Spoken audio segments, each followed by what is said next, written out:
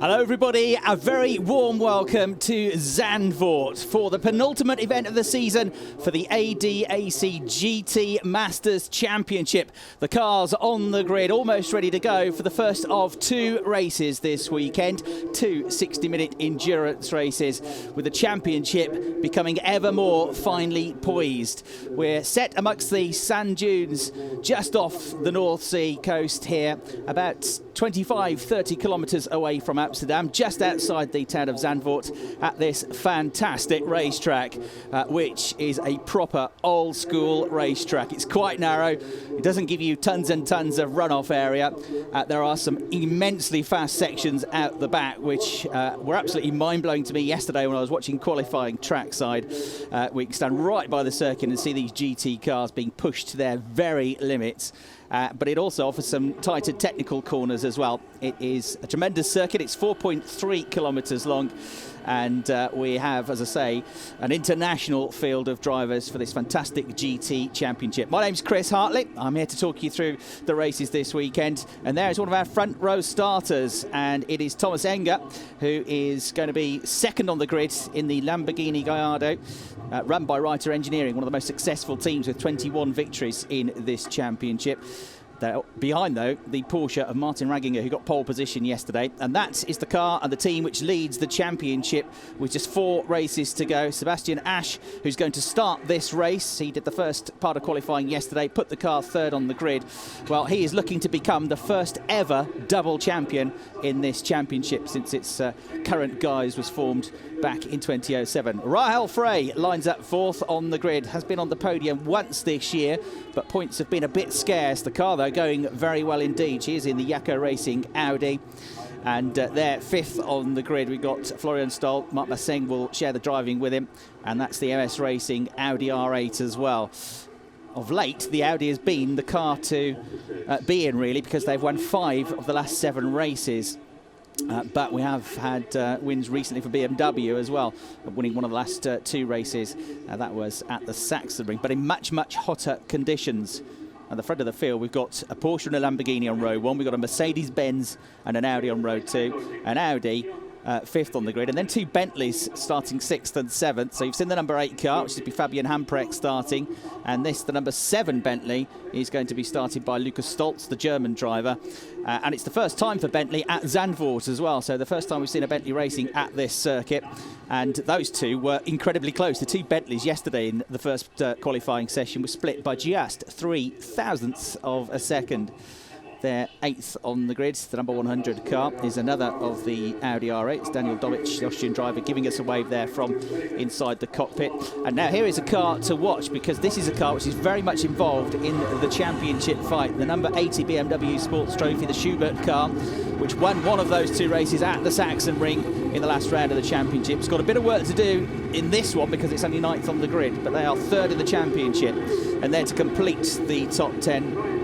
That is the defending champion car. Stefan Wackerbauer is going to be driving first in his first full season in the championship.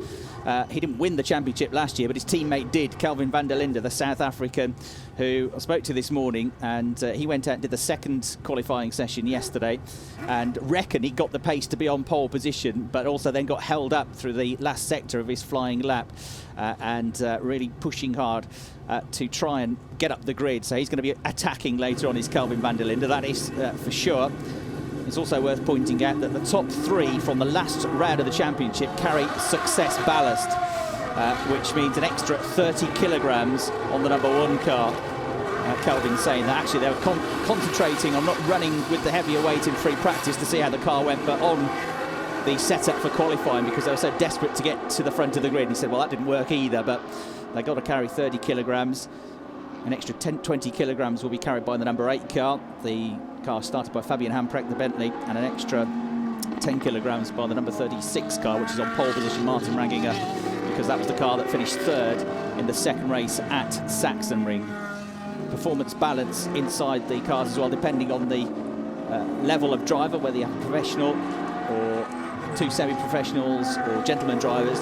There's different degrees of weight to be carried to try and equalise that. So here is the grid then. Martin Ragginger on pole position, his 6th pole position. Can he finally turn it into a race victory? Thomas Enger starts second in the Reiter Engineering Lamborghini. It's Sebastian Asch in the Mercedes-Benz for Team Zack Speed. 4th on the grid, Rahal Frey in the Audi R8 for Yako Racing. And then number 24 is the MS Racing Audi, started by Fabian Stoll.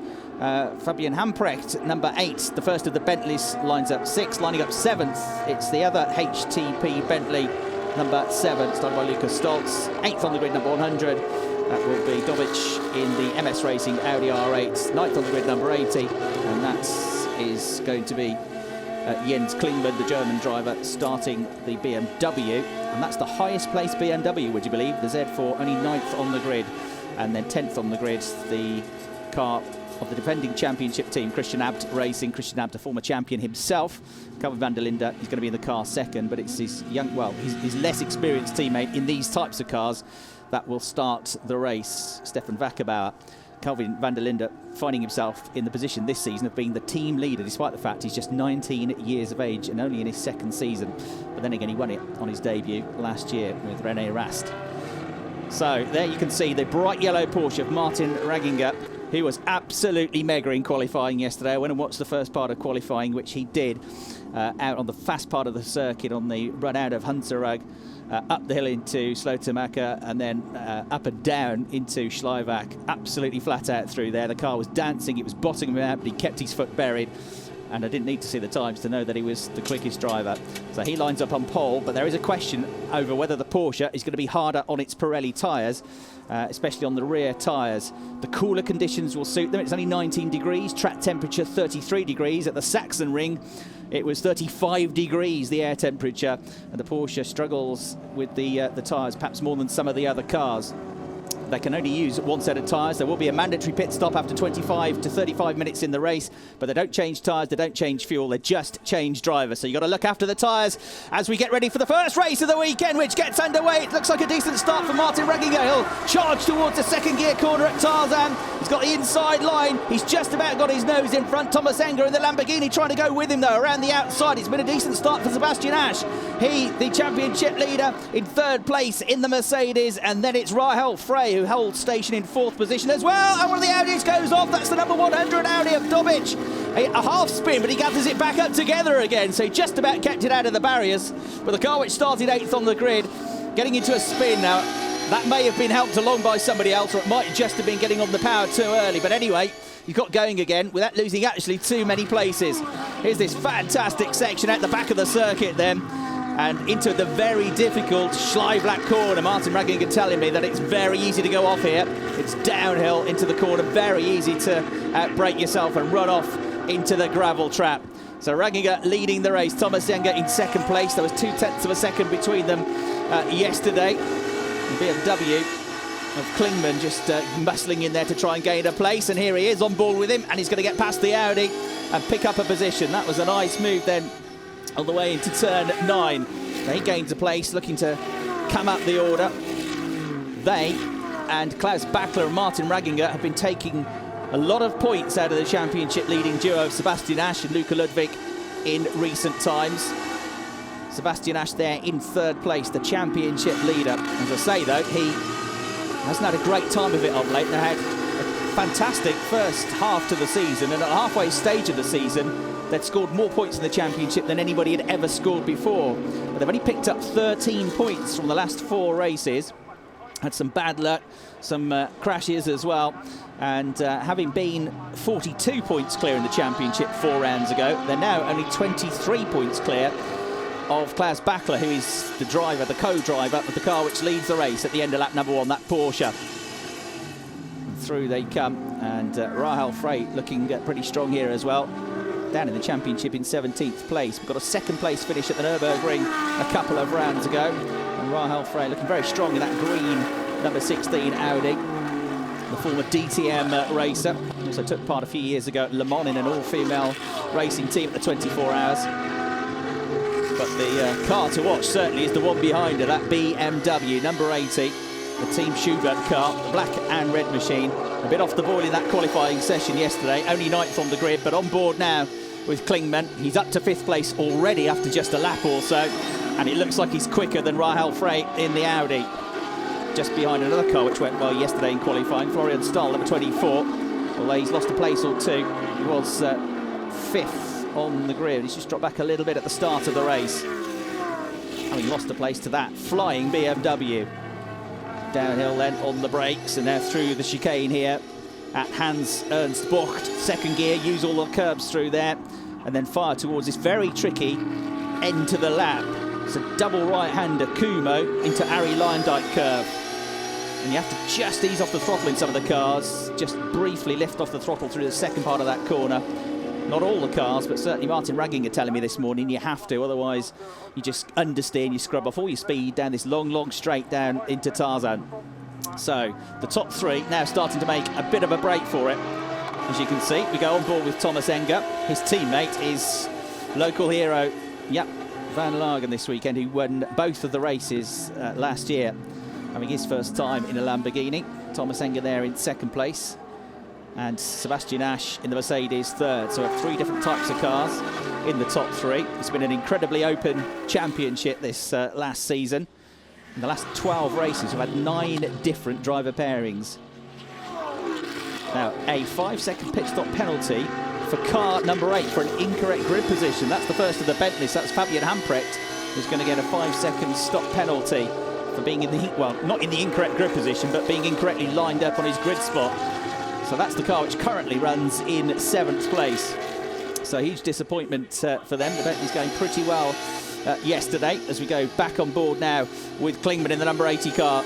Trying to find a way is Jens Klingman past Rahel Frey, and he can see that the longer he sits behind her, the further away the leaders get, because it seems for all the world that the BMW and Jens Klingman is a little bit quicker at this phase of the race, and he's itching to get past because he can see the leaders going. The 25-year-old from Heidelberg, he's been racing in the ADAC GT Masters Championship for 6 seasons now, since 2009, pushing hard. He's an ex-Formula BMW champion, started his career in single-seater racing. In fact, he won the BMW Championship the year after Christian Vitouras won it, who now is a leading light in DTM racing.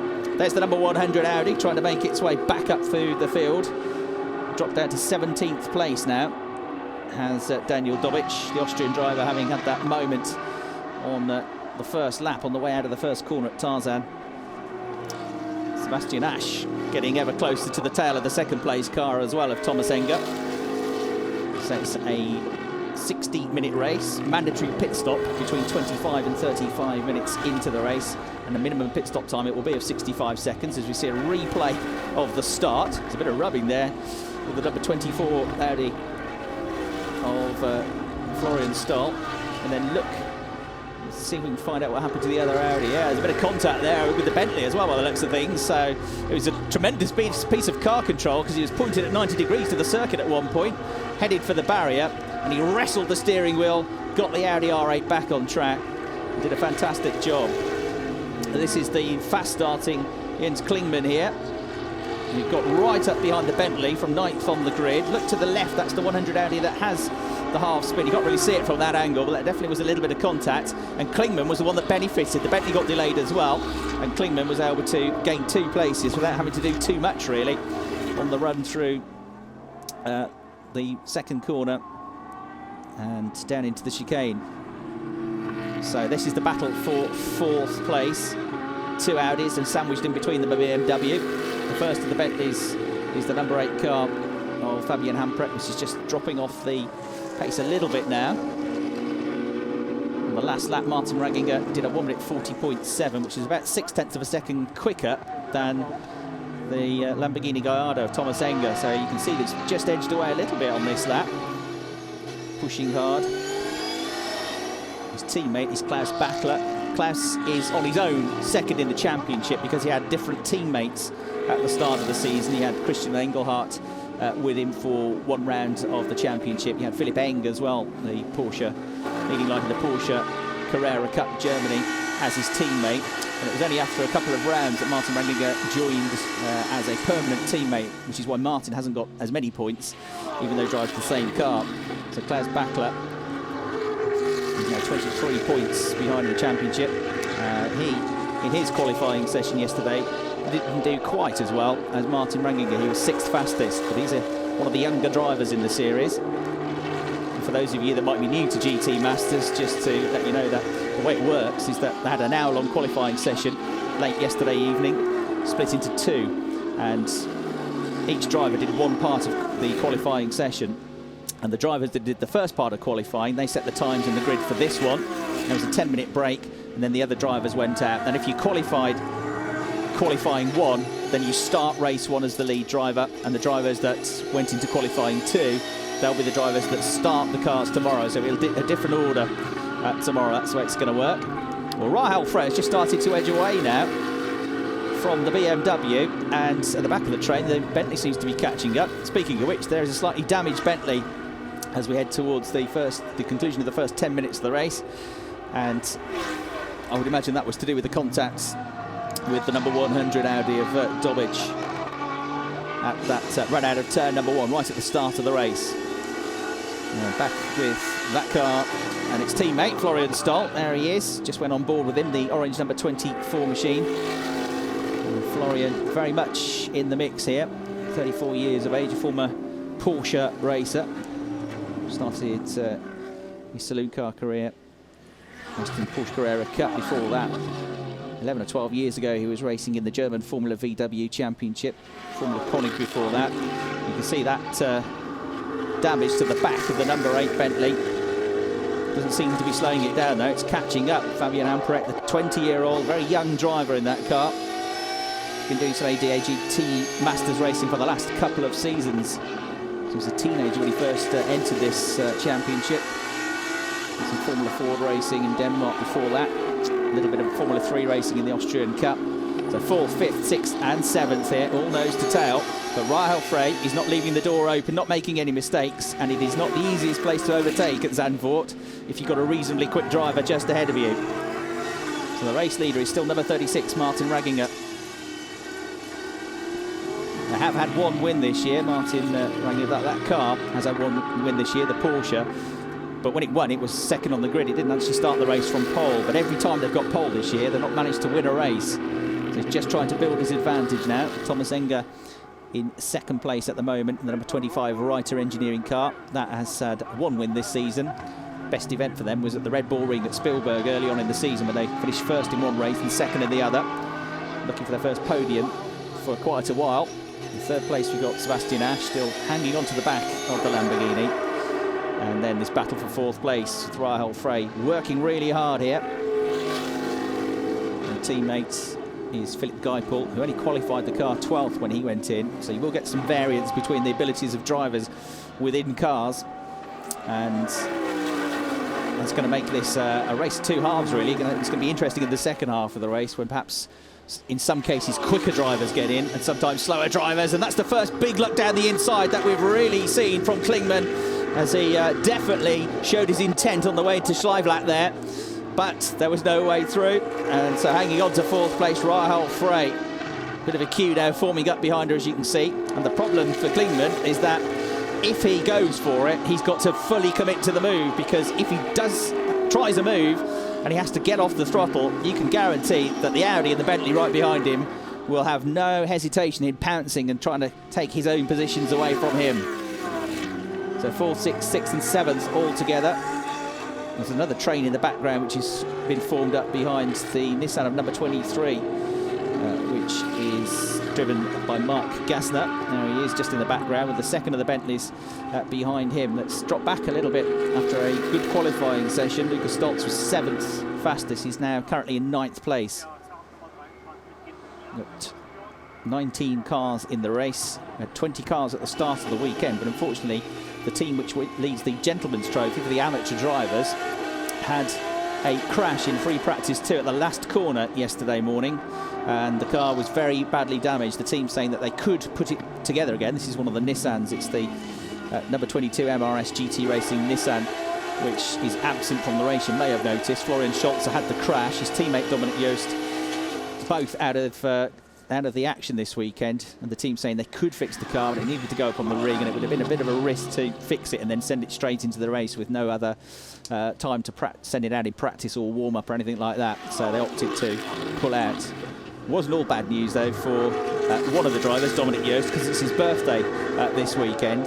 And so disappointment in terms of that, but then because he knew he couldn't race, he got straight on the train to Amsterdam and apparently went off and had a good old time of it last night at his birthday. They can drop their worst 4 rounds, so they only count 12 of the 16 rounds in the Gentleman's Trophy. They've had 3 non-scoring finishes. They'll have to count this as one of their drop scores, but they do have quite a significant lead in the Gentleman's Trophy, so it's not an utter disaster for them. Although, of course, they're not going to score any points tomorrow, but they should still go into the final round with a healthy points advantage. You can see how they thump the curbs here on the way through the right and the left chicane at Hans Ernst. And really interesting to watch the cars as they get on the throttle out of that corner, squirming away as they're desperate to get on the throttle on this run into Kumo. And then for most cars, just a slight lift through into the second part of that sweeping right-hander, which is Harry Lindijk, named after the Dutch racing legend. And there at Tarzan already is our race leader, and you can see he's still got that sort of slight advantage, but he hasn't really been building it up too much. He's about 1/10 of a second a lap quicker at the moment than the 2 cars behind him, but he hasn't exactly rocketed away. There is Rahel Frey. As you can see the sand dunes here, fabulous setting. Can't see the sea really from the circuit, but you do drive along the coast just before you turn into the main gates here in the North Sea, very blustery. And another thing that you probably can't pick up too much from the TV pictures is just how undulating the circuit is there. That looks fairly flat, doesn't it? It's not at all. It's up and down dale all the way through. You can see it better from this angle. Downhill on the run into the 4th gear corner at Schleibach. Coming out of there, then they drop down to 3rd for Masters corner. And apparently this was quite slippery yesterday, this section through turns 9 and 10. Now here is a replay of a move from the Audi, number 100, just about muscling his way through there. So that was Dobic with a move on Alessi, Diego Alessi, who's a very competent driver in this series. And because Alessi had to get out of the way, that allowed the Corvette of Worth to get through. We have Porsches, Lamborghinis, Mercedes, Audis, Bentleys, BMWs, Nissans and Corvettes all in this series. Corvette yet to win a race this season, but has been a quick car in recent years. And so all these slightly cooler conditions help out. By the way, there's going to be no further investigation into the incident between cars number 100, which was the Audi R8, and number 8, which was the Bentley from the start of the race. So they've looked at it, but they're not going to take any further action. There's going to be no further penalties, no penalties at all for that one. Dobic still struggling down in 16th place, so he's obviously got good pace, but just can't find a way through. As we go on board now with the number 7 Bentley, looking forwards and then backwards from this car. Currently running in 9th place, and he's trying to get past the number 23 Nissan, which is driven by Mark Gassner. Mark, who is one of the drivers that came through the Nissan PlayStation GT Academy, was the winner of the German side of that contest, which many of you may know was a competition set up a number of years ago for gamers to come into motorsport with no previous racing experience. They were trained up, they went through thousands and thousands entered, and could you transpose your talents on a computer game, which are pretty much simulators these days, so realistic are they, and could you turn that and become a real racing driver? And it's been very successful as the Bentley now gets alongside the 23 Nissan. There's a bit of contact on the way out of the corner, and he goes through. Good move that. A little bit forceful, but through he went. He got the line, he got the power down, and then the Bentley rockets away. And we got the number 1 Audi now having a look as well. This is driven at the moment by the youngster Stefan Vakkerdaal, with Calvin van der Linde, the South African, who became the youngest ever winner of this championship, youngest race winner, youngest pole sitter. He's broken so many records, Calvin van der Linde, the 19-year-old. Let's see how he gets on. His teammate has made a decent start to the race, holding on to 10th place, which is where he started. We're about 7.5 minutes away from the pit window opening now, the 10-minute pit window in the middle of the race. So at the head of the field, Martin Runginger continuing to lead the way in the Porsche. 1 minute 40.7 is his best lap. He's lapping 1 minute 41.6 at the moment. So the pace has dropped off a little bit. The car has got lighter, the fuel load has got lighter, but the tyres are have been worked that little bit more. And he's still fractionally quicker than Thomas Enger in second place. Oh, and one of the Corvettes has gone off. It's the number 69 entry, I'm afraid, the Callaway competition car, Diego Alessi. And Alessi is okay by the looks of things, but that car has had a big old hit into the wall there. As I said earlier, there's not a great deal of runoff at this circuit. So that car, which was muscled out of the way of its own position by Daniel Dobic at turn 1 a couple of laps ago. I wonder if that's anything to do with the earlier incident. He went off on his own, and that's on the run down into Hugenholtz. Over the curb, sparks fly, out of control, and the back end goes into the wall. I just wonder if there was a bit of damage to the car from its incident a couple of laps ago with the number 100 Audi. So he's out of the race, he's parked up on the circuit, and the safety car has been deployed. So that doesn't really affect things in terms of the top three, because they were close together anyway, and there was a slight advantage for the race leader, but it wasn't exactly miles clear. However, it will bring everybody else back onto their tail now. So they're out of the car. Gets Diego Alessi. It's been a bit of a difficult weekend so far for the team. The Roman, the 43-year-old, who was the GT Masters champion just 2 years ago when he partnered Daniel Kajvitz. Took 5 wins that season, had a great year, but it's not really been his season so far, unless he walks away disconsolately from the car. And the turn marshals enjoying themselves here. And what is also a big weekend for Formula 3 racing. It's the 25th running of the F3 Masters event here at Zandvoort. And big crowds here this weekend. This championship, GT Masters, has quite some following. And they've also opened up the gates for free entry this weekend as well. So grandstand tickets you have to pay for. If you just want to come into the circuit and watch the racing, they've made it a free weekend. So big crowds forming here at Zandvoort. So some discussion going down at Reiter Engineering here. A little bit of discussion and concern down there. Reiter Engineering, who are running Thomas Enger, currently running in second place in the Lamborghini.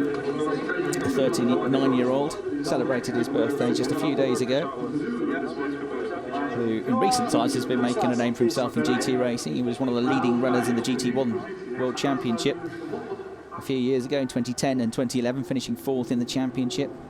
He's also been a front runner at Le Mans, Thomas Enger.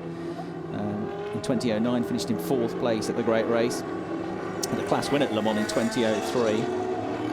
He was in single seaters in Formula 3000 where he first made a name for himself. And very briefly, Thomas Enger was a Formula 1 driver, the first ever Czech to race in Formula 1, when he was a replacement driver for 3 Grand Prix for the Prost racing team, Alan Prost racing team.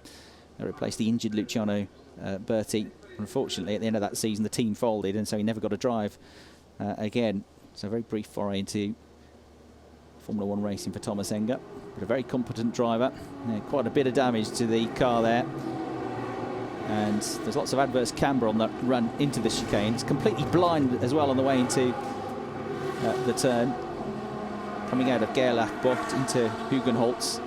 It's over a brow and a little bit of adverse camber. It's flat out through Gerlach, 3rd gear, down to 2nd for the chicane. But the loads on the car changing constantly as the circuit falls and then rises and falls again.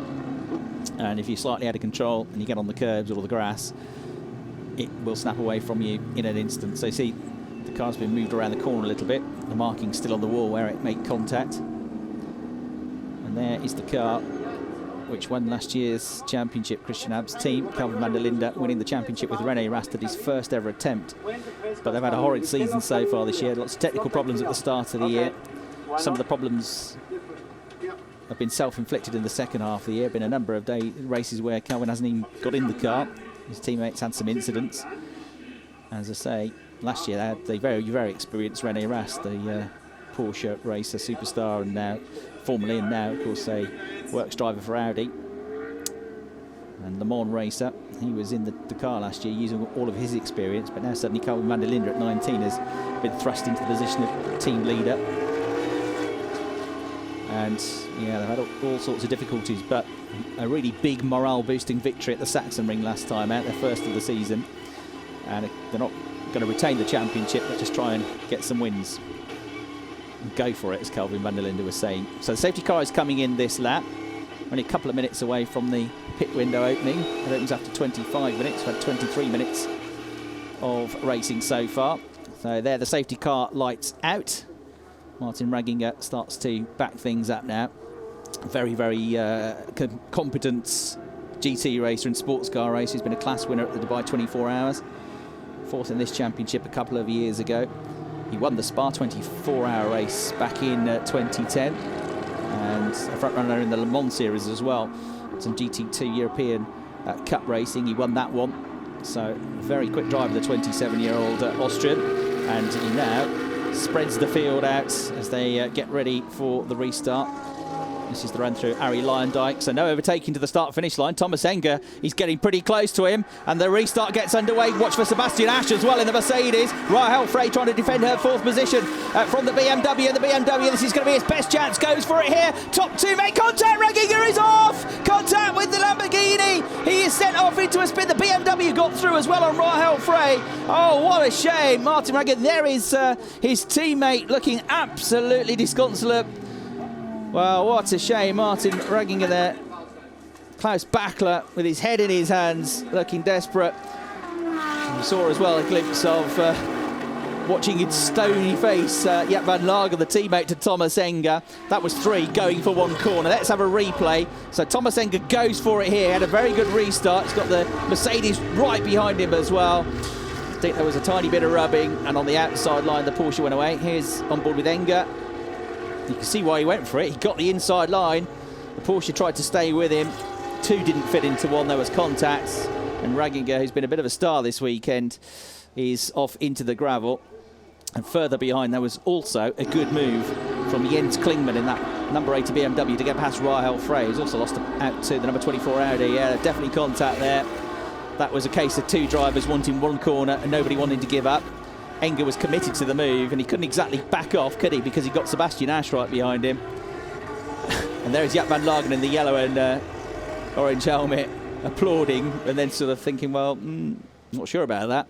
Anyway, the car which led the race has happily got back on the track, but of course it's a very, very long way down the order now, all on its own. The pit window is open, and well, Martin Ragginger could really have done without that, couldn't he? After that safety car, as we see Rahel Frey coming in, and also coming in one of the Bentleys, which is the number 8 Bentley, I think, of Hamprecht. So Rahel Frey lost a few positions on that restart. In fact, they're all coming in more or less. A big old queue of cars coming in, so they're opting, while they're still bunched up, to come in most of the field. Not everybody has. The leaders have all stayed out. Thomas Enger, Sebastian Asch, they've stayed out. Up to third place now, for the time being at least, has come Jens Klingmann. So the drivers swap. Only two members of the pit crew can work on the car. The car has to be off. Bit of gaffer tape going on here, but you can't refuel it. You can't put new tyres on unless you've got tyre damage or the conditions change and you go from slicks to wets or vice versa. That's the back of that Bentley being patched up. The number 8 car. Fabian Hamprecht handing over now to the Austrian driver, Clemens Schmidt. And it's a minimum pit stop time of 65 seconds for everybody, regardless of whether you're a pro driver, a semi-driver, whether you're a gentleman driver, what your combination is. That is equalised by success, ballast and extra weight on the cars. Look at this, the race out of the pit stops here. And yeah, 65 seconds, that's from pit entry to pit exit. So it's not 65 seconds stationary, it's 65 seconds for the lot. Out they go. Look like a decent stop for the Yako Racing team. They've got Rahel Frey out and Philip Geipel in pretty quickly, and at the head of that little group. And now we can see 5 times DTM champion Bernd Schneider. There are lots of young, very competent drivers in this championship, but there are a few old masters as well. And Bernd Schneider is one of them there in the number 42 Mercedes. Incredibly, he's not won a race in GT Masters, but such a dazzling career in DTM predominantly, but also was a Formula 1 racer for a time for Zack Speed, who now run the team these days in this championship. Never really had a competitive car, did Bernd Schneider in Formula 1, but was a works driver as well at Le Mans. Great driver. Let's see how he can get on, if he can get the car up the order. We've seen the championship contenders in the pits as well. The number 80 Schubert car with Jens Klingman handing over to Dominic Baumann. And there's Martin Raggener. And Raggener with the Austrian colours on his helmet, strapping in his teammate now into that number 36 car. And let's see what Jaap van Lagen can do here. Of course, a long way down the order. Hopefully the car not too badly damaged. And part of the rules are only 2 team members of the team can work on the car, and the first driver is the one that has to strap the second driver in, so you don't get a flurry of 6-7 people around the car. And back out goes the number 80 BMW. He's going to rejoin a couple of places clear of the number 16 Audi.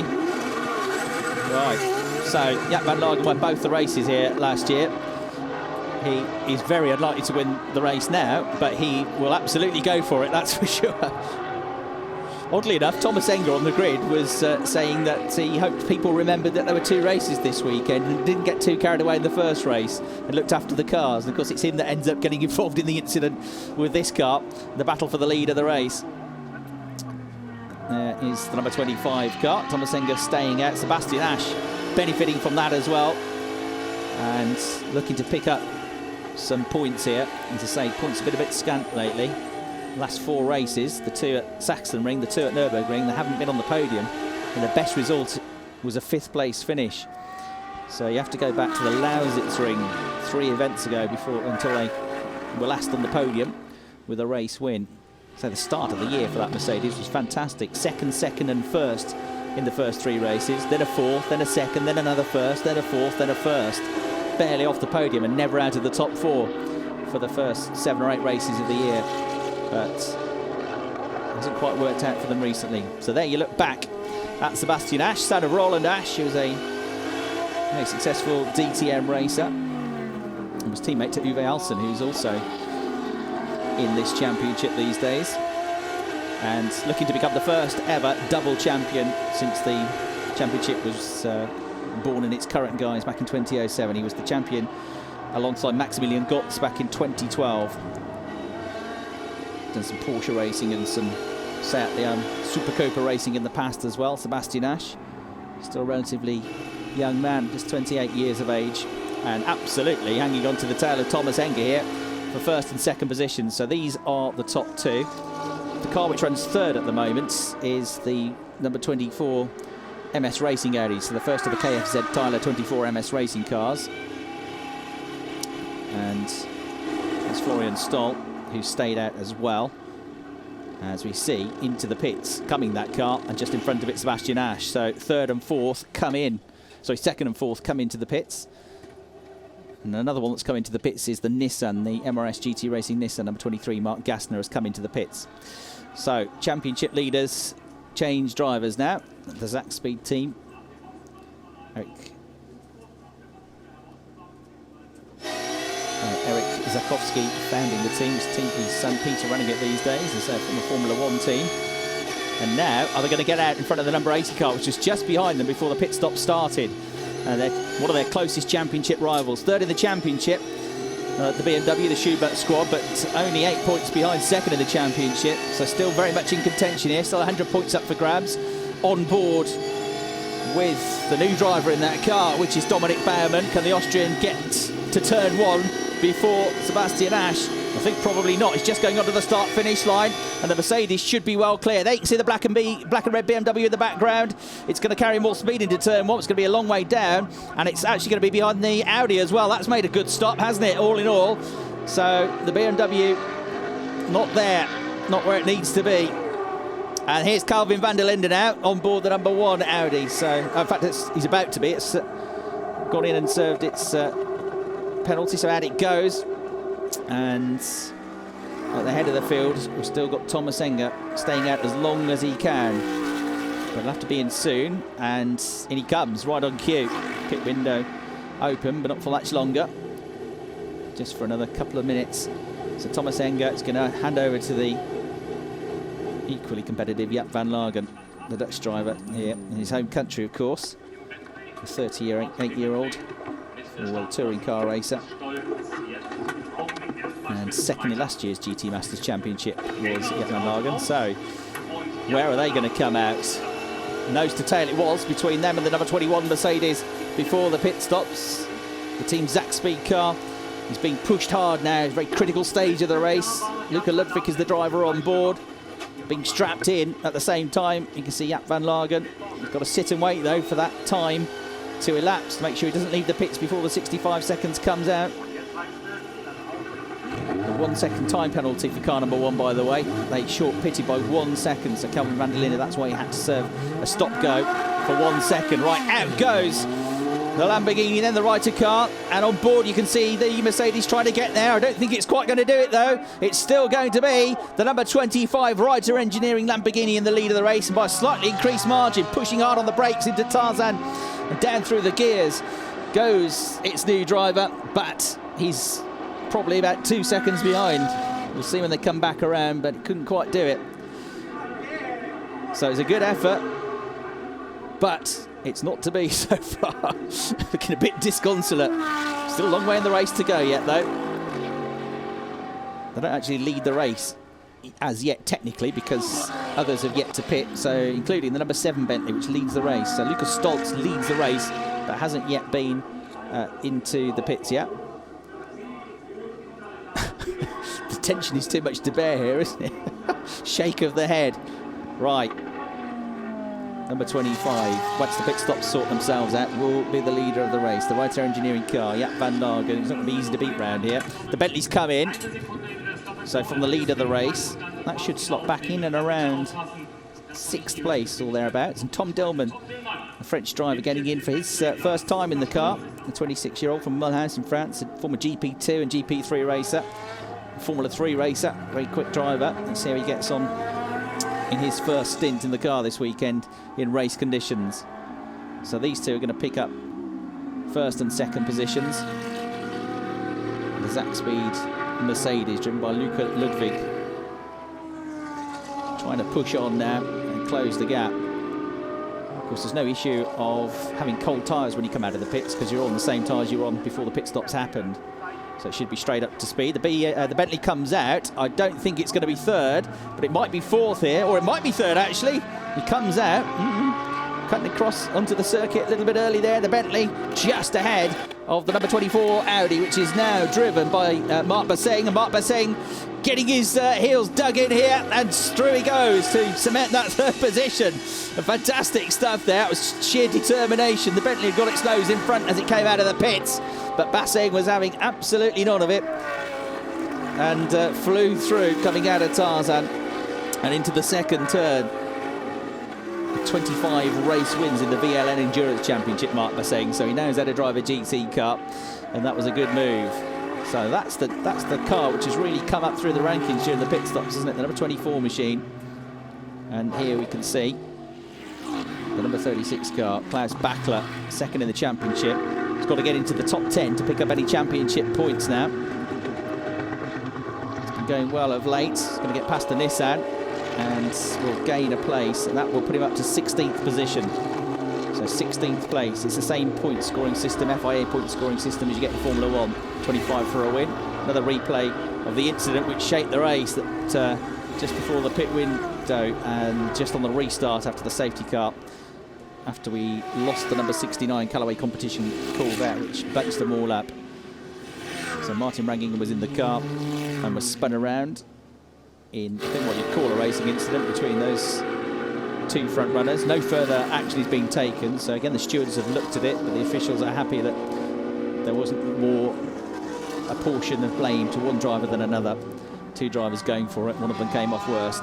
And now we have a Mercedes in front, look. So there's been a change for the lead of the race. Luca Ludwig has got his nose in front. And he was quite a long way back at the start of that lap. So fairly sluggish lap it's been, I think, from Jaap van Lagen for whatever reason. We didn't really see why. But he just dropped off the boil a bit there. Maybe he's got a problem with the car. The Lamborghini already dropping back from the Mercedes here. Wasn't really expecting that, because they weren't exactly close together when we saw them last. Next through is Florian Stoll in third place in the Audi. Fourth then is the number 7 Bentley the HTP car, Tom Dillman. And so that's gone well. And then in 5th place, there you can see the black and red BMW having another battle with the number 16 Audi. It had just got past it. Oh, it's going to run out wide. It's going to give the place up here. And so through goes Philipp Geipel in the Yakko Racing Audi. Trying to fight back here around the outside, though, is the BMW. It's going to have to concede the position. You go on board now with Dominic Baumann, but the Austrian has to give way. And that's a change then for 5th place. So this is beginning to work out nicely, this, for the championship leaders, the Team Zach Speed and the Mercedes, because they've got the lead of the race. And they have got their 2 closest championship rivals having slightly mixed fortunes at the moment, and both behind them in terms of points that are going to be scored in this one. So let's look at the lap times when they come through. A new race leader, Ludwig, with a 1 minute 41.7. Yeah, 1 minute 43.5 for the Lamborghini. And that's the slowest car in the top 6 at the moment. So I do wonder if there's a bit of an issue, rather than it was a moment on one lap and one slow lap. Looks like it's been a couple of struggling laps now for the car in 2nd place. And you'd say probably too early for it to be working on its tyres too hard. Maybe the last 10 or 15 minutes of the race that might be an issue. Not yet, I wouldn't have thought.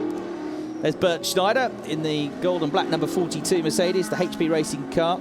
His teammate Harry Proxic is a regular in GT Masters, but this is the first season that Harry has run his own team, HP Racing. Bert Schneider is quite some companion to have in your team, isn't it? And that car is now up into the points. It's up into 9th place. And challenging hard to get another place here. It's onto the tail of number 19, another former DTM racer, DTM privateer champion, Uwe Alsen. So a couple of greats going wheel to wheel here. And back on board with Baumann as he loses another place. And this time it is to the Christian Abt Racing Audi of Nicky Tim, the former Porsche Super Cup racer. And that team has come up the order nicely, because they didn't have a very good time of it yesterday in qualifying. The car was only 14th on the grid for this one. It's going to be 18th on the grid for the race tomorrow. But Nicky Tim, after some good work by last year's VW Sirocco Cup champion Jordan Lee Pepper, another quick South African driver like Calvin van der Linde, and he did a good job in the first stint. Nicky Tim is doing, as ever, a good job in the 2nd stint, and that car has gone from 14th up to 7th place now. Going to get ahead of Uwe Alsen. Now into the pits comes the Lamborghini, and it's for a stop-go penalty. So stop-go penalty for car number 25. The message on screen is that it gets a 1 second time penalty. So they short-stopped by a second. They have to come in, serve the stop-go for 1 second. If you're 3 seconds under, you do a 3 second stop-go. But of course you lose all the time coming in and out of the pits. And who should it rejoin behind than the car which it came together with earlier on in the race, the Porsche. So right behind him, 2 different drivers, but the 2 cars that came together when they were battling for the lead earlier on. Unfortunately, they're now battling for 15th place, not exactly where they wanted to be. So that now means quite a comfortable lead there will be for the number 21 Mercedes, driven at this phase of the race by Luca Ludwig. Had a couple of 2nd place finishes in last year's championship. Has had this tremendous season so far, well, up until recently, with Sebastian Asch, and looking for the title. And he's going quickly at the moment as well, 1 minute 41.8. The only other driver in the top 6 that can match those times is the number 16 Yakko Racing Audi, the green and black car, with the very quick Philipp Geipel. Otherwise, it's quicker than everybody else inside the top 6. There is the Mercedes. A big, big gap now. Look, back to the orange number 24 MS Racing Audi, which is driven by Marc Basseng now. So Basseng in 2nd place, but a long way down the road. 3rd is Tom Dillman in the Bentley. So the Bentley looking for a podium finish here. In 4th place, it's now going to be the number 16 Philipp Geipel car, isn't it? And Nicky Tim will be up into 5th place as well, I reckon, when they cross the line next, as the timing screen updates itself. Yeah, 5th place for Nicky Tim, and 6th place now for the number 80 Reiter Engineering, number 80 BMW Sports Trophy Team car, driven by Dominic Baumann, the team 3rd in the championship. So they lost a place to Nicky Tim, but then they gained one when the number 25 Reiter Engineering Lamborghini came into the pits. There is number 42 Bernd Schneider. He's up to 8th place now. Uwe Alsen is just ahead of him. Claudia Hurtgen did the first part of the race in that BMW. And there is Sebastian Asch, looking fairly happy with life at the moment. Just been given a bit of comfort by the team boss. Sebastian Asch did a good job in that first stint. Didn't really get involved with that battle just ahead, but he kept the car in the mix, and it proved to be the right strategy. So Bernd Schneider, and the 5-time DTM champion, get past another former DTM star, Uwe Alsen. This is the battle for 7th place. Just behind them as well is the number 88 Reiter Engineering car. It's Nick Katzberg, another quick Dutch driver who ran the Spa 24-hour race earlier on. And Nick having his first run in the GT Masters Championship. But that car is a guest car, number 88, the black and white Lamborghini. So it's not, in terms of championship points, it's not a front runner. So it won't pick up any points, and everybody that finishes behind it will shuffle up one place in terms of points scored. So it's in 9th at the moment. 10th place is the number 66 Callaway competition car, Patrick Assenheimer. Daniel Kalvitz, who's the most winning driver in the series currently on the grid. And 11th at the moment is that number 100 Audi. So Edward Sandstrom, the Swedish driver, has got the car back up the order a little bit. Had a good pit stop as well, I think. And it's 11th, but it will get points for 10th because, as I say, the 88 car is a guest. And there is the orange Audi, looking pretty menacing actually, the number 100 car in the background there. The Audi R8, 5.2 litre V10 car. All the cars in this championship have somewhere between 550 and 650 brake horsepower. You've got the big engine Corvettes with their V8 engines, 6.1 litres. The Bentleys, the rumbling, throaty V8 engines, the 4 litre bi-turbo engine. And the Porsche, which was on pole position, a relatively small power unit, 3.9 litres. They all have 6-speed sequential gearboxes, these cars, running effectively to GT3 regs. And this great battle now, queue forming up behind Uwe Alsen there in the number 19 car. So he was the teammate at one year, a controversial year in DTM, to Roland Asch, who is the father of Sebastian Asch, who leads the championship, who are teammates. And here we see a move for the Lamborghini, trying to get at the inside of Bernd Schneider. And Nick Katzberg almost gets his nose chopped off, so he has to back off out of the move in the end. So Katzberg there with a good effort brings the Corvette onto his tail as a result of that. We're into the final quarter of the race, which has absolutely flown by. There's so much going on in this race. So Bernd Schneider, for once, having to defend there rather than attack. He'll come back after Uwe Alsen there, the 48-year-old. Back in the late 1990s, was a class winner at Le Mans. So he was involved in a collision with Christian Abt in the final round of the DTM one year. Back in 1999, Christian Abt crashed out of the race, as we see the Corvette having a go now for position here. The number 66 car having a big look to try and get through. Daniel Kalvitz, very experienced driver, say lots of wins in the championship, can't quite get through. Nick Katzberg holds the place for the time being. This battle just on the fringe of the top 10 here. And Katzberg hanging on to 9th place by the skin of his teeth. So on one lap you see cars attacking, the next lap they're defending, and that's because they're all so evenly matched here. And just to wrap up the story about Uwe Alsen, and he won the championship because Christian Abt was crashed into and didn't score any points in the last round of the championship by Uwe's teammate Roland Asch. But then some video footage, amateur video footage, was reviewed, and it got kicked out, and the championship was given back to Christian Abt, who is now in this championship as well as his team boss. There's Albert van Tern and Taxis, former champion in this category, coming out and having a race this weekend in that number 88 guest car, doing a decent job. Huge car enthusiast, German royalty, and he was out earlier this year in the Audi TT Cup for a guest race, so just doing some racing every now and again, coming out into this series which he raced for a good number of years, as I say, which he won as a champion a few years ago. Had a very good season, winning the title with Peter Cox in a Lamborghini Gallardo back in 2010. So our race leader eased off the pace a little bit now. 1 minute 42.5. Still a fraction quicker, though, than Mark Baseng in second place, and still well clear down the road. 1 minute 42.3 for Tom Dillman, who's going really well in third place in the number 7 Bentley. He's a little bit quicker than the race leaders at this stage of the race. The Bentley has been a winning car this year. It won the second race of the season, the number 7 Bentley at Oschersleben. Got these 2 races at Zandvoort, then we're back to Germany and back to Hockenheim for the final rounds of the championship, 16-round series. And the championship has always gone down to the final weekend of the season. Sometimes it's been won on the Saturday on race number 1, but it's always gone down to that final weekend. There is a chance, mathematically, that it could be wrapped up this weekend, but it's probably a big ask, to be honest.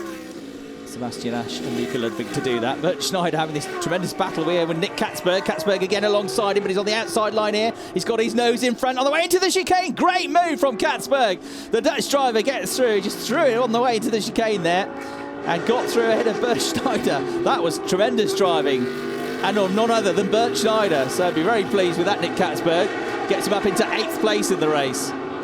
Looking good. Katzberg yesterday qualified in his session 3rd fastest, so we know he's a quick driver. Albert van Turnen Taxis did the first qualifying session, so in this race the car had to come from 15th on the grid, but tomorrow it's going to be towards the front of the grid on the 2nd row, and Nick Katzberg would start, so he's going to be one to watch, that's for sure. Very quick driver indeed. From a front runner in the Dutch GT Championship. Another look at that move. And, well, to be fair, Bert Schneider gave him room, others wouldn't have. Bernd was then having to concern himself with keeping the Corvette behind him as well. That was a brave move, that, and a well-deserved gain of position. There's your race leader, the number 21 car. Luca Ludwig is behind the wheel and controlling things at the head of the field. Multiple race wins in the ADAC GT Masters Championship. 2nd, the number 24, Mark Baseng Audi. 3rd, Tom Dillman in the Bentley. 4th, number 16, having a good run here. One of the best runs of the year, Jaco Racing. Philip Geipel doing a decent job. 5th place is Nicky Tim in the number 2 Christian Abt Racing Audi. And 6th place is that black and red BMW just going through shot there. Number 80, the BMW Sports Trophy team, Dominic Baumann, the Austrian, on duty for the second part of the race. And then we've got this tremendous battle going on for 7th, 8th, 9th and 10th positions here, all locked together. And are they even catching Baumann? Let's have a look. His last lap was a 1 minute 43.7. Well, yeah, they are actually 1 minute 43.4 for most of that group behind, even though they were battling each other. So they could put the BMW under pressure for the last 5 or 6 minutes of the race here. They're definitely closing the gap, even though they've got this squabble going on. So Baumann's going to have to work hard here to keep the distance and stay in 6th place with 9 minutes or so to go until we see the checkered flag. Sebastian Asch and Luca Ludwig on course for 25 points here. And the closest championship rival, Klaus Bachler, is not going to pick up any points. Oh dear. Bird strike. The only drama they've had, really, the race leaders. So the unfortunate bird there in the wrong place at the wrong time. Got a bit too good a view of the racing, it seems. Hopefully it's not damaged the race leader's car. That will be a concern, because that's going to be at speed. Through this section here, they push at 200 kilometres an hour, these cars. They're averaging 160 kilometres an hour in qualifying. So they absolutely fly around this circuit. It's not the quickest track on the calendar, but it's one of the quickest tracks. Certainly one of the quickest sections on that rise through Hunderoog, Slotermacher and up to Schleibach. So 7th, 8th, 9th, 10th all in a row here. And catching up, the 6th place BMW. But with time beginning to run out, 8 minutes to go. There is Baumann, he did a 1:43.8, so his times are consistent, 1:43.7s and 8s. But they're just a fraction quicker, this group behind. And you get the feeling that if Nick Katzberg could just get past Uwe Altzen here, which is not going to be easy, then he's definitely got the speed to catch that BMW and get up into 6th place. So it's a guest car, it's not going to pick up championship points, but he just wants to get a result here. And he's definitely itching to get past, isn't he, Nick Katzberg, in that black and white Reiter Engineering Lamborghini. 21 wins in the GT Masters Championship for that team. Very successful. over the years. Into Tarzan, then down into second gear. Fairly flat through here. Then accelerate out towards the right-hand kink in third gear at Gerlach. Little flat-out run down then into second gear. And you can see the circuit dropping away here into Hugenholtz. And then it's quite a steep uphill climb now, so you've got to get a good run out of there. A steep uphill climb to Hunterag, and then it drops down, rises again, and it's flat out through this fantastic section here. Get your foot buried. The car's bottoming out yesterday as I was watching them, particularly the Bentleys were bottoming out there. And the car's squirming around. Then you go to the crest and drop downhill into that tricky right-hander at Schleivlach. Into Masters turn now, another third gear corner. This section a bit slippy. You've got the sand dunes nearby. It's quite windy today, so the sand can blow onto the circuit, and it can make conditions changeable in terms of how much grip you get from one lap to another. So it's always one of the challenges of racing here at this circuit. But that said, we've seen some great driving today, seen some good moves, and we've seen very little in the way of driver errors, haven't we? The biggest incident was a racing incident. It was in the one car going off, which possibly had damage anyway. Otherwise, there's been some very good driving out there. 6 minutes to go in the race. Two leaders just gone through. Second and third have just done the same lap time as each other. 1 minute 42.495, a few hundreds slower than the race leader. With Dillman doing his hardest to catch up the number 24 Audi for second place. And that Bentley being driven very, very nicely indeed by Tom Dillman. And then looking good for fourth place here, I think, is Philip Geipel. Rahel Frey having done the first stint, because that car is actually edging away from Nicky Tim now in the number 2 Audi. Are these guys, I don't really think they've closed, have they, on... Well, yeah, they have closed a little bit, look, on the BMW. Yeah, took another few tenths out of it. So the number 80 BMW on for 6th place, on for some championship points here. And they're only 8 points behind Klaus Bachler for second in the championship. So as many points as they can get. They were very briefly second in the championship after they won the first race at Sachsenring. They'll get 8 points if they stay where they are, and it will mean they'll be on level points with Klaus Bachler. So it's very important for the team to stay in 6th place for the BMW Sports Trophy team, for Dominic Baumann to keep on pushing hard to keep this little train behind him. I suppose that even if they catch him, they're not going to have long to try and pass him. So Dominic Baumann is just 22 years of age. A couple of years ago in 2012, he was the European FIA GT3 champion, won 6 races that year, and a spin for the other BMW there. That is Uwe Alsen, and he has to wait for everybody to come through until he can rejoin. So from 7th place, Uwe Alsen out down the order. Car undamaged, I think. Just caught the back end of that. Did he get a helping hand? Yes, I think he did, from Nick Katzberg. I did wonder, and that replay confirms it. So Uwe Alsen will be a little bit grumpy about that, I would imagine. He definitely got a little tap there. Wasn't much, but it was just enough to send him into a spin. It may not have been deliberate, it may just have been a misjudgment by Nick Katzberg. But anyway, he's through, and that's particularly bad news then for Dominic Baumann, because Katzberg, I'm sure, is going to fly after him now. So the number 80 car up to 7th place. That said, even if Katzberg gets through, Baumann's still going to get points for 6th, because that's a guest car. It's Claudia Hürtgen, who's the teammate to Uwe Alsen. And as you can imagine, she looks a little bit frustrated by all of that. One of the most famous lady racers in Europe is Claudia Hürtgen. Alongside the likes of Nürburgring specialists Sabina Schmitz and Ellen Law, DTM race winner in the past, and a competent truck racer in recent times. Just 3 minutes to go. Right, drive through penalty for car number 88 for that contact, for pushing another car. So they had a look at it. It didn't take them very long to decide what you or I probably already had figured out, that there was that contact. That was the only reason that Alsen was in a spin. It's not really going to do him much good, other than he'll get 1 place back. Sort of ruin their race. But it's definitely ruined the race now, Nick Katzberg. So just that slight misjudgment. He's going to go into the pits to serve a stop-go penalty. And that then will put up into 7th place Bernd Schneider.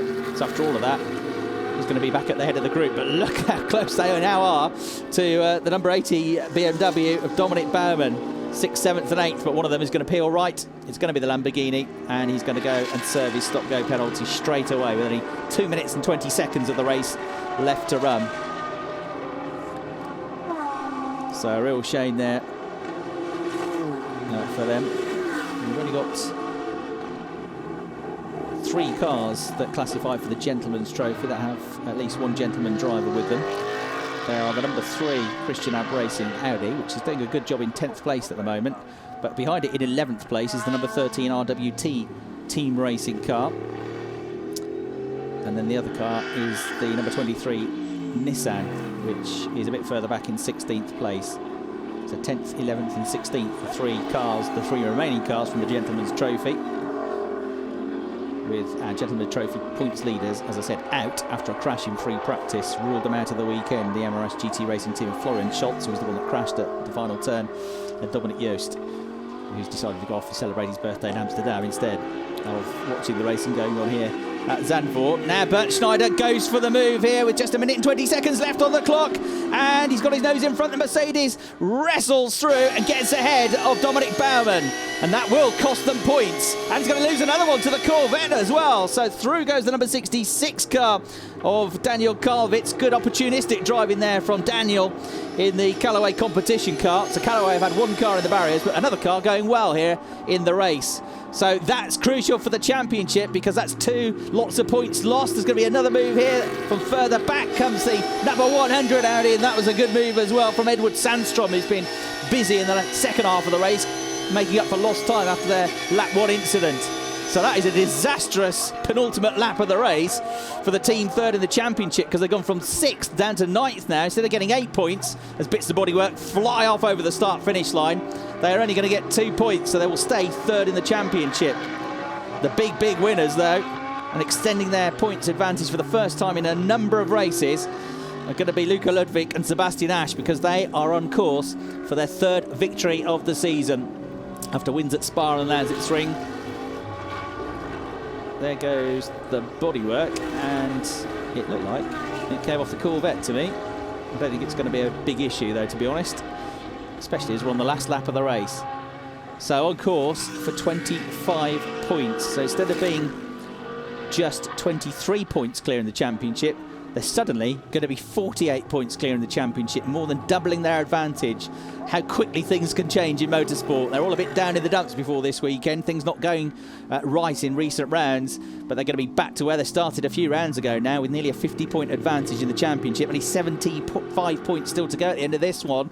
So another good race tomorrow, and they could almost be there for the championship. It couldn't really have gone much better. It is another win, the 3rd of the season here at Zandvoort for the number 21 Mercedes. Team Zaxby, Sebastian Asch and Luca Ludwig celebrate as they win the race. A very good 2nd place as well for the KFZ Tyler 24 MS Racing Audi. Mark Basing takes the checker flag. Florian Stoll had a good drive earlier on as well. And that's their 3rd podium finish of the season. And then to round out the podium, the number 16 Yako racing car, Philip Geipel, has taken the flag in 3rd. Rahel Frey did a tremendous job to hold station in 4th place for most of the first stint. There you can see the car which started on pole position trying to gain places even at the end of the race, and that was up against the number 80 car, which dropped another place on the last lap. So Dominic Baumann, number 80 in the BMW trophy team, dropped from 6th to 10th in the last 2 laps of the race. And I wonder if then there was an issue with the car which caused that, because he was very slow on the last lap, 1 minute 46. So only just scraped a point in the end. Just finishing ahead of the number 36 Schultz Motorsport Porsche as they crossed the line. That was 11th, so quite some comeback from Klaus Bachler. Now that car with another win has gone awry after that contact with Thomas Enger. He was penalised for it. Sorry, he wasn't penalised for it, but the one that dropped the driver that was penalised was Martin Raginger, who had led the race up until that safety car restart. Right behind them when it all happened was this car, Sebastian Asch. He gained 2nd place as a result, and then a fine drive by Luca Ludwig in the second half of the race to pull away from everybody else. Here's the replay as he takes the checkered flag. 3 wins now for them. That equals the number of wins that Dominic Baumann and Jens Klingmann have taken in the Schubert Racing car in the championship. But it has gone very badly wrong for the championship hopefuls. It has gone as well as it really could have. As you see Sebastian Ash there, punching the air, clenching his fists. Been a frustrating couple of rounds, but they're back on form now. And they have more than doubled their lead in the championship. That'll be, I reckon, 48 clear, with just 75 points up for grabs. So it's not done and dusted yet, but they can all breathe a collective sigh of relief after the first race of the weekend here. And there in the background, the car which finished in 3rd place. And again, one of their best results of the season. They had a 2nd place finish at the Nürburgring a couple of rounds ago. That's only their 2nd podium finish. So Philipp Geipel and Rahel Frey will be well chuffed with their efforts here. Go on board with the Team Zaxby Mercedes. So the number 21 Mercedes wins the race. The number 24 Audi coming home in 2nd place. Florian Stoll and Marc Basseng, the 2 German drivers. Then it's Philipp Geipel and Rahel Frey 3rd. 4th place in the end then went to the Bentley, so that dropped back to 4th. We didn't really see that with all the other battles that were going on. But Tom Dillman, who was going very quickly at one stage of the race, about 5 or 10 minutes to go, had a slowish lap. So I wonder if there was an incident there between those two at the end of the race. So down to 4th place for the Bentley in the end, number 7, Tom Dillman. Nicky Tim, number 2, crossed the line in 5th place. 6th place was Bernd Schneider in the number 42 car, which started way down the order in 13th place on the grid. The Corvette of Callaway, number 66, came home in 7th, the number 100 car after its moment early on. Ed Sandstrom taking the flag for MS Racing in 8th place. 9th place, and the best of the Gentleman Trophy drivers, was the number 3 car. And again, that had a good run through the order, because Krista Johns and his teammate Andreas Weishout were almost at the back of the grid. They went from 17th up to 9th and won the Gentleman's Trophy class. Then with 10th place just about going to Klingman and Baumann in the BMW. So a very lively race, that, the first of the weekend. One or two controversial moments. The officials, the stewards, were very quick to react whenever there was an incident that was a little bit questionable, and punishments were laid out. And drivers didn't get away with it. Nick Katzberg ended up down in 15th place after that late stop-go penalty after the incident involving Uwe Olsen. There's Rahel Frey, really chuffed with that 2nd podium finish. Drove really well under quite intense scrutiny, you'll remember, at the first part of that race from Jens Klingman, who had a good start in the number 80 BMW. And great job done by her teammate as well to bring it home. So a very interesting race, particularly now with only 3 rounds to go in the championship. That could be the race that decides it, but you never know, do you, with racing. It can all be completely different tomorrow. They'll enjoy today, though, as much as they can. It'll feel like a relief as much as anything else for championship leaders, having had a bit of a time of it recently. It does just go to show, though, doesn't it, that when times are good, you've got to make the most of them and bang in as many points as you can, because they had this fantastic start to the season. They were never out of the top 4 for the first 8 races. Took a couple of wins on the podium most of the time, and then the hard times came. Things started to go wrong, but because they'd built up that advantage, they never lost their championship lead, and now they've been able to build it back up again. So fantastic first race of the weekend here for the ADAC GT Masters. It'll be perhaps a different story tomorrow with a very different look to the grid. And interestingly, the car which just limped home in 10th place there, the number 80 BMW Sports Trophy Team Schubert car, the Z4, that's going to be on pole position tomorrow after Dominic Baumann put it on pole. So it's not that Baumann's a slower driver than Jens Klingman, who was in the car first. I think it's that there's genuine an issue with the car, which hopefully we'll find out about tonight and report back on tomorrow. But that car is going to be on pole position tomorrow. 2nd on the grid tomorrow will be the number 3 car. Krista Johns did a fabulous job for Christian Ab Racing yesterday. That's a car which charged through the order today. So the Gentleman Trophy car is going to be 2nd on the grid. 88, Nick Katzberg in the guest Lamborghini. The Reiter Engineering car is going to be 3rd on the grid tomorrow. Marc Basseng, number 24, he got on the podium today. Will start number 24 Audi from 4th place tomorrow. Jaap van Lagen and Thomas Eng are going to be 5th on the grid for the race tomorrow in the 25 car. And the car which was on pole today, number 36, Klaus Bachler, Martin Rangingner, it's going to be 6th on the grid tomorrow, with Calvin van der Linde starting 7th just behind. And reckoning he was quick enough for challenging for the win. Challenging for pole position yesterday until he got held up on his flying lap. That car, by the way, ended up down in 18th place, so a bit of a respite from the hugely disappointing defence of their title this year for the team, with that win at the Sachsenring last time out. But back to same old story, I'm afraid, today, down in 18th place. But it was really self-inflicted because they misjudged their pit stop and did a 64-second pit stop instead of a 65-second pit stop. So they had to come in and serve that penalty. It might not have even been a full second, but it was rounded up to a 1 second stop go. So, fabulous stuff here at Zandvoort. May not be the easiest circuit to overtake on, but we did see some moves. And it was that safety car that changed everything, really, when off into the wall went the number 69 Callaway competition Corvette of Diego Alessi, the Italian driver. His car stranded on the track. That brought the safety car out, and having been about a second clear of everybody else, Martin Raginger, who'd got pole position, was fastest in qualifying yesterday. It looked like he'd made a decent restart, but Thomas Enger made an even better restart, committed to the move down the inside, went for the lead of the race. He had Sebastian Ash just behind him in the car which won the race ultimately, and the three of them absolutely glued together. But on the outside line, with a tiny bit of contact, out went, or enough contact to send it out went the Porsche. But the stewards lay no blame at the foot of Thomas Enger. They said it was a fair move in their opinion. Others will disagree, but it's the steward's decision which matters, and Thomas Enger was not penalised for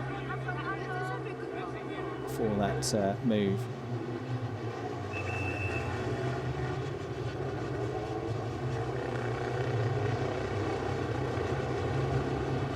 The car then dropping back with a stop-go penalty later on in at the race. Finished down in 12th place, I'm afraid, in the end.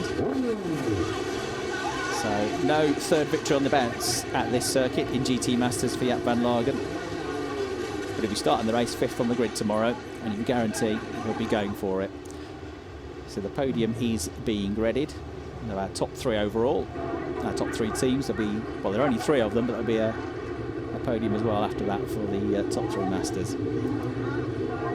Sun out here. It's around about 19 degrees. Fairly warm September day here. Track temperature cooled quite a lot during the course of that race. Just before they went on the track, track temperature was up at around 35 degrees, I think it was. 35, 36 degrees. It's down to 23 degrees now. Ironically, the cooler temperatures would have definitely suited the Porsche had it got the chance to run to the end of the race in a competitive position.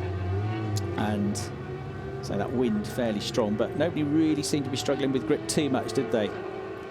Towards the end of the race. 34 laps were complete in the end, just that brief safety car period.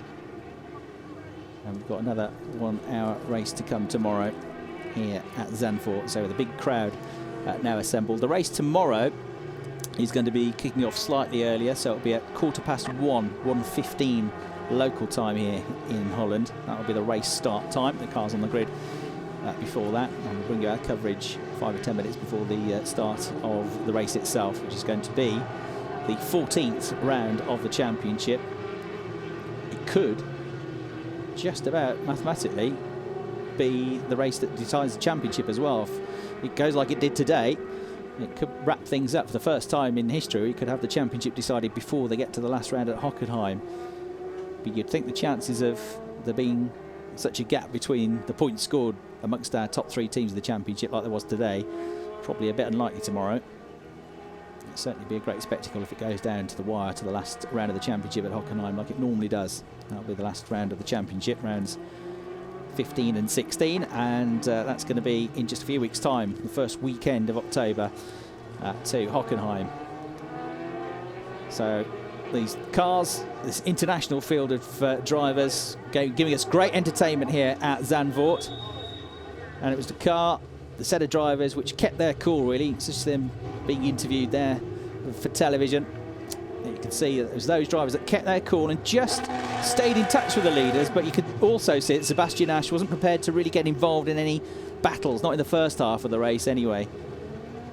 Knowing that you don't have to go and win the race to win the championship. They've still got this points lead. But in the end, they did win. Others fell by the wayside. and they got their victory. Klaus Bachler unable to pick up any points. The driver second in the championship, only, well, it was a good comeback, but only 11th place, almost nicking a point from the car that finished just a few thousandths of a second ahead of it as they crossed the line. The number 80 machine of Dominic Baumann and Jens Klingmann, who only picked up the 1 point, having in recent times been another of the teams to close the gap on the points leaders.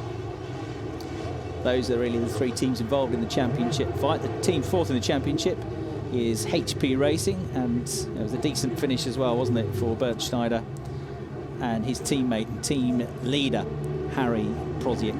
They finished well up in the points there, up into the top 6. So that will consolidate their 4th place in the championship, particularly as the team which is nearest to them in the championship is Claudia Herzog and Uwe Altzen, who were forced into that spin. Uwe Altzen forced into the spin when Nick Katzberg just clipped the back of him with a few laps to go in the race.